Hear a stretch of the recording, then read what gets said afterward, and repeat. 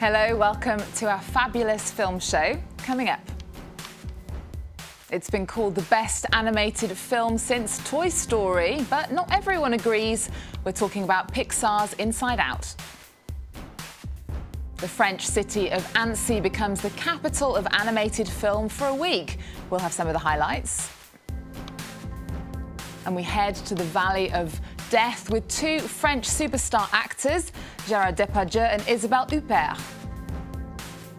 Film critic Lisa Nesselson is here, so let's get started.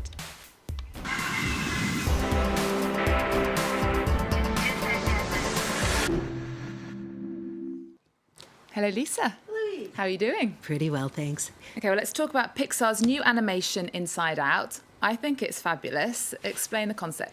Well, I guess you could say it's the life of Riley, because that's the first name of the 11-year-old girl at the heart of the story. She lives with her mom and dad in the American Middle West in Minnesota. She loves to ice skate. She is perfectly balanced and happy as a general rule. All of her 5 emotions, that would be joy, fear, anger, sadness, and disgust, are all in balance. And those emotions are each drawn as a character with its own body, its own voice, its own personality.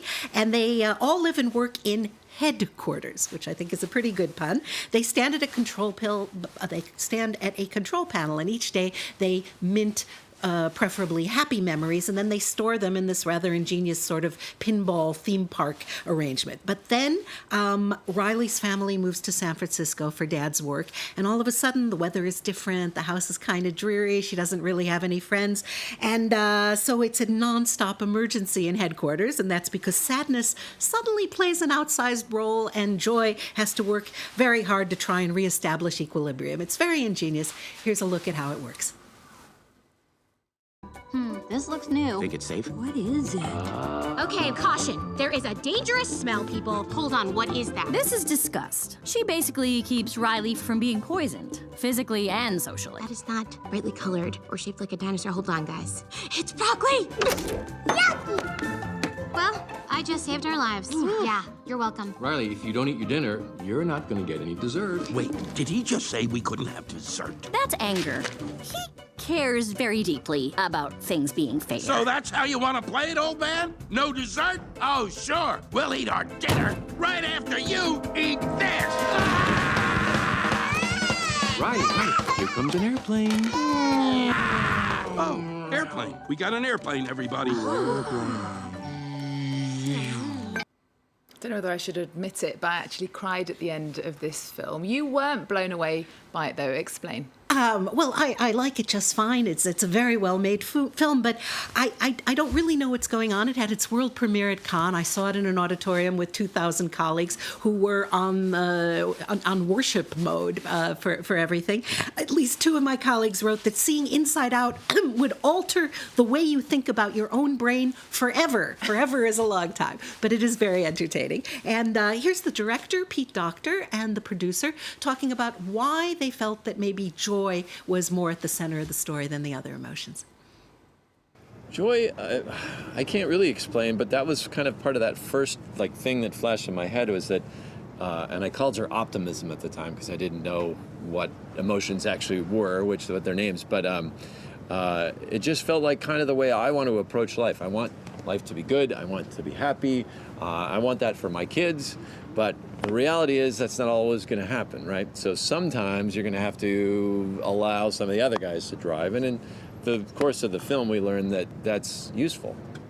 And you can see the rest of my interview with the director, Pete Docter, and producer Jonas Rivera later in the week. Now, let's move on. Inside Out had its world premiere in Cannes in the south of France, and there's another film festival taking place on French soil at the moment. Tell us about Annecy. Yes, some call it the Venice of the Alps. It's an adorable little village on a lake in southeastern France, not far from Geneva, and it has been the setting for the International Animation Festival since 1960. During the Cold War, it was every other year, and they alternated with an Eastern Bloc location. animation. I think it was in Czechoslovakia, but it became an annual event in 1998, and it is truly an international showcase with animation from all over the world. The features in competition this year come from Spain, Colombia, Japan, Denmark, and France. Spain is the country in the spotlight, highlighting the fact that Spanish animation dates back over a century, and this year they have really put the spotlight on women, and they found a concrete way to do that by having all women jurors for their 4 juries. That's a lot of people. Feature films, short films, TV and industrial films, and student films. All women, all the time. Yay.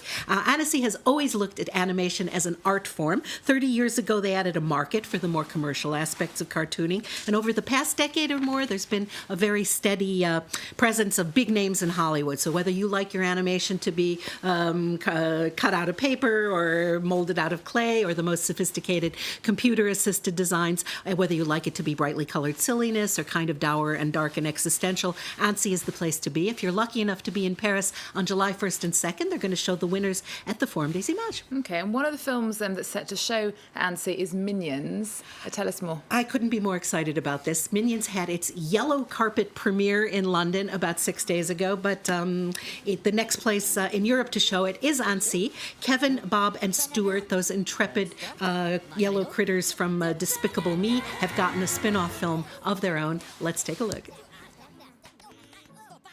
They've been on this planet far longer than we have. They're all different, but they all share the same goal.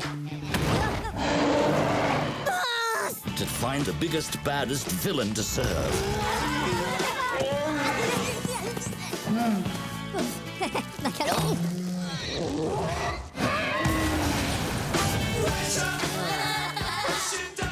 Finding a master was easy.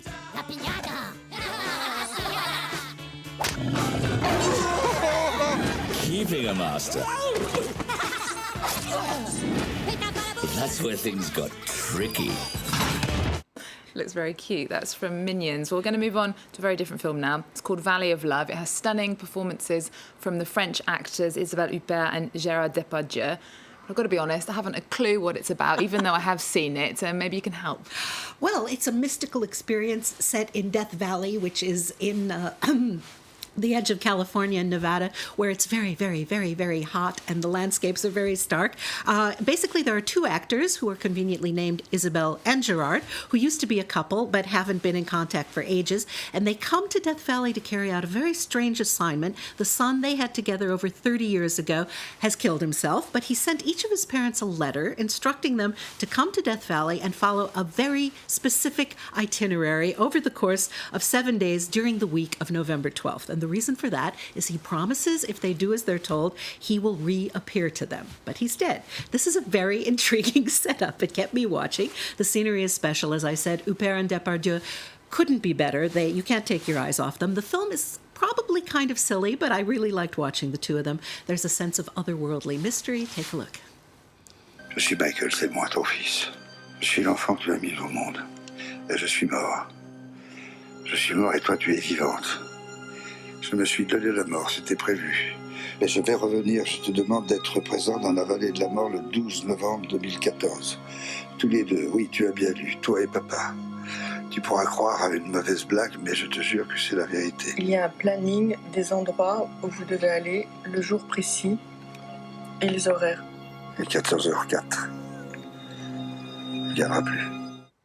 Now, these actors are big stars here in France, and the French press are making a big deal about the fact that they haven't actually worked together for 35 years. Yes, they've each made, I believe, over 100 movies, just not together. 35 years ago, they co-starred in a film called Lulu by the late Maurice Pialat, and Pialat's widow, Sylvie, who produced the multi-award-winning Timbuktu, actually produced this. So it's all kind of incestuous in a good way. And here's Gerard Depardieu and Isabelle Huppert talking about what the film means to them. And, of course, it's good to keep in mind that Depardieu's own son died before he did. He has outlived his son. Let's take a look. We try to escape these bad memories, but we have to confront our losses and swallow our pride. We complement each other in the film because we each represent different attitudes to life. Gerard is skeptical, and I'm a believer. Et l'autre est croyante. We're moving on from Valley of Love. France is known for honouring filmmakers big time, and this week La Nuit en Or, which translates as Golden Night, has been taking place in Paris. Tell us more about that. Big time is the word. The 5th edition of what is possibly the most generous initiative in all of filmdom just wrapped up. Now, you've heard of the Academy of Motion Picture Arts and Sciences. They hand out Oscars. Well, it turns out at least 32 other countries also have their own film academies that give out their own annual trophies according for short films. So you may have heard of the BAFTA in the UK, the Lola in Germany, the Magritte in Belgium and France. It's the Césars. And the French Academy of Césars invites the winning filmmakers from all over Europe, but also as far away as Brazil, China, Gabon, Australia, South Africa, India, Israel, and South Korea to come to Europe and show their films in 4 European cities for 12 days and meet with important people there. And they're each teamed up with an established film artist. So the fellow who won the short film Oscar got to hang out with Claude Lelouch. The Swiss winner got to hang out with Claudia Cardinal. I got to witness the filmmakers commenting on the whole experience, and they simply could not believe the generosity of France. And women in particular were in the spotlight, weren't they? Well, this is a fun fact. Out of those 35 filmmakers, because some of them had more than one director, 14 of them happened to be women, and that's very close to half. More fun facts. The trophy in Norway is called an Amanda, and in Portugal it's a Sophia, so that's more women. People said, thank God for the French, for their love and respect for cinema. I'm sure your generosity will have positive repercussions. It wouldn't happen in Ireland. It's brilliant. And it takes place at UNESCO here in Paris. So I think we can say that short films are helping to contribute to world cultural and world peace. Okay, Lisa, thank God for the French. We'll leave it there. Remember our website. We're also on Twitter and Facebook. There's more news coming up on France 24 after this.